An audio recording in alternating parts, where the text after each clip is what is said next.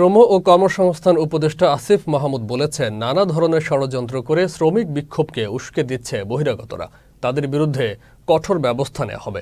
মঙ্গলবার সচিবালয়ে সাংবাদিকদের সঙ্গে আলাপকালে এ কথা বলেন তিনি। শ্রম উপদেষ্টা বলেন, শ্রমিকদের ন্যায্য দাবি আদায়ে সরকার বদ্ধপরিকর। শ্রমিকদের বকেয়া বেতন দ্রুত পরিশোধের জন্য বলা হয়েছে মালিকদের। জুট ব্যবসা দখলের নামে যারা অস্থিরতা সৃষ্টি করছে তাদের চিহ্নিত করে বিচারের আওতায় আনা হবে। শ্রমিকদের যেই ন্যায্য দাবি দেওয়া আছে সেগুলোর বিষয়ে আমরা আলোচনা করছি শ্রমিক নেতৃবৃন্দের সাথে, এবং ভবিষ্যতেও যেগুলো তাদের লং টার্ম দাবি দেওয়া আছে সেগুলো সমাধানের ব্যাপারে আমরা তাদের সাথে কাজ করে যাব।